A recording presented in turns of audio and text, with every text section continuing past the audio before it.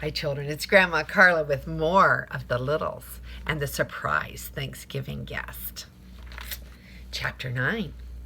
On the day before Thanksgiving, Mr. Big was at work, and Henry Big was at school, and Mrs. Big was out shopping, and the Littles and their guests decided to take advantage of having the house to themselves.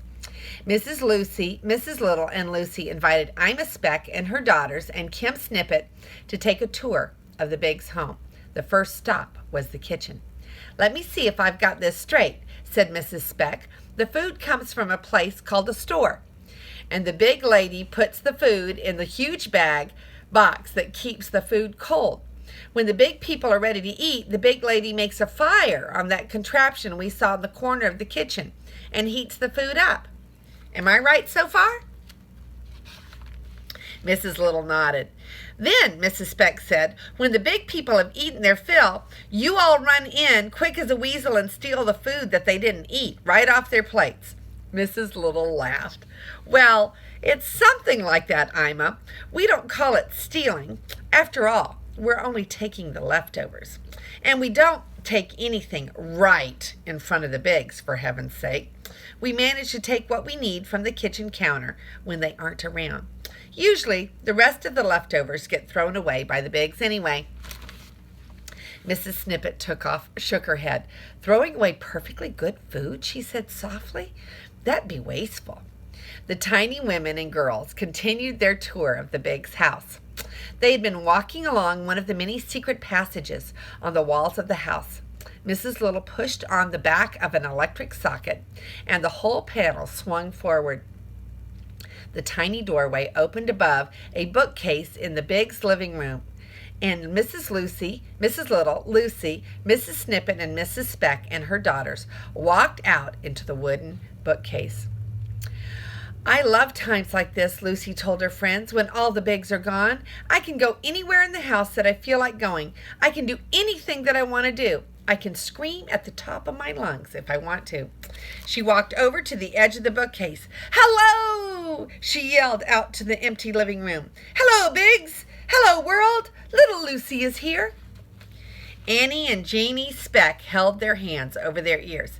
"Lucy, stop showing off and behave yourself," her mother scolded. "Watch this," Lucy said. She ran over to the television remote control that was lying on the top of a book. She pounded her tiny fist down on the power button. The Bigs' TV set came to life with a popping sound, and the room filled with loud noises. "It's my favorite cartoon," Lucy said. "Cosmic Cat. Look, there's his enemy kid, Litter. He's made of garbage." Lucy turned around. The Speck girls' mouths hung open as they stared at the colorful, moving pictures. They'd never even heard about a television, let alone seen it. Lucy's mother was giving her a very stern look. Ima Speck and Kim Snippet's heads rose up from behind a box of tissues where they had quickly hidden when the set came on. "What be that?" Kim Snippet whispered. Lucy looked where Mrs. Snippet was pointing. "Oh," Lucy laughed, "that's just TV. It's the greatest. Look." And she ran over and started stomping on the channel button with her foot. The tiny women watched as the channels changed. Suddenly, the cartoon was gone, and a woman was talking about a new detergent that did a great job cleaning her kids' dirty clothes. Lucy clicked the button again. A newsman was talking about something very sad that had happened to some people in another part of the world. She clicked it again. "What be that?" Mrs. Snippet asked again. Lucy looked at the screen. "That's just some old movie," said Lucy with a yawn. "It's not even in color."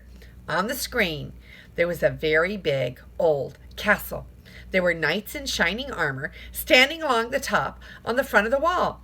Hundreds of very angry men were trying to break down the castle gates. Just as they had almost succeeded, the knights on the wall began pouring very large pots of boiling oil onto the attacking army below. "No, no, look out!" shouted Mrs. Speck at the television set. "Oh, those poor men!" cried Mrs. Snippet. She hid her face in her hands. "Don't be afraid," said Lucy. "It's just a stupid movie." Lucy stopped talking and stared at the screen. Suddenly, she turned and ran back toward the electrical socket. "I've got to go. Bye," she yelled. Quick as a wink, Lucy Little disappeared into the little hidden doorway.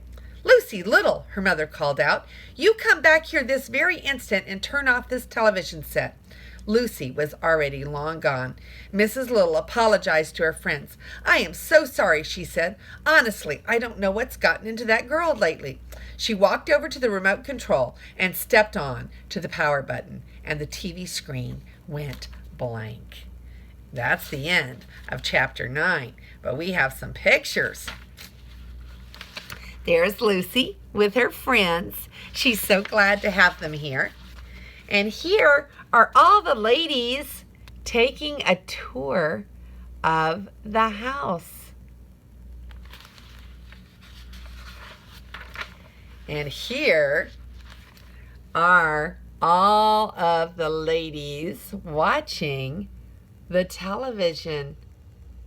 And do you see the picture of the army and then the people up on top, the army on top pouring the boiling oil down, and they got scared?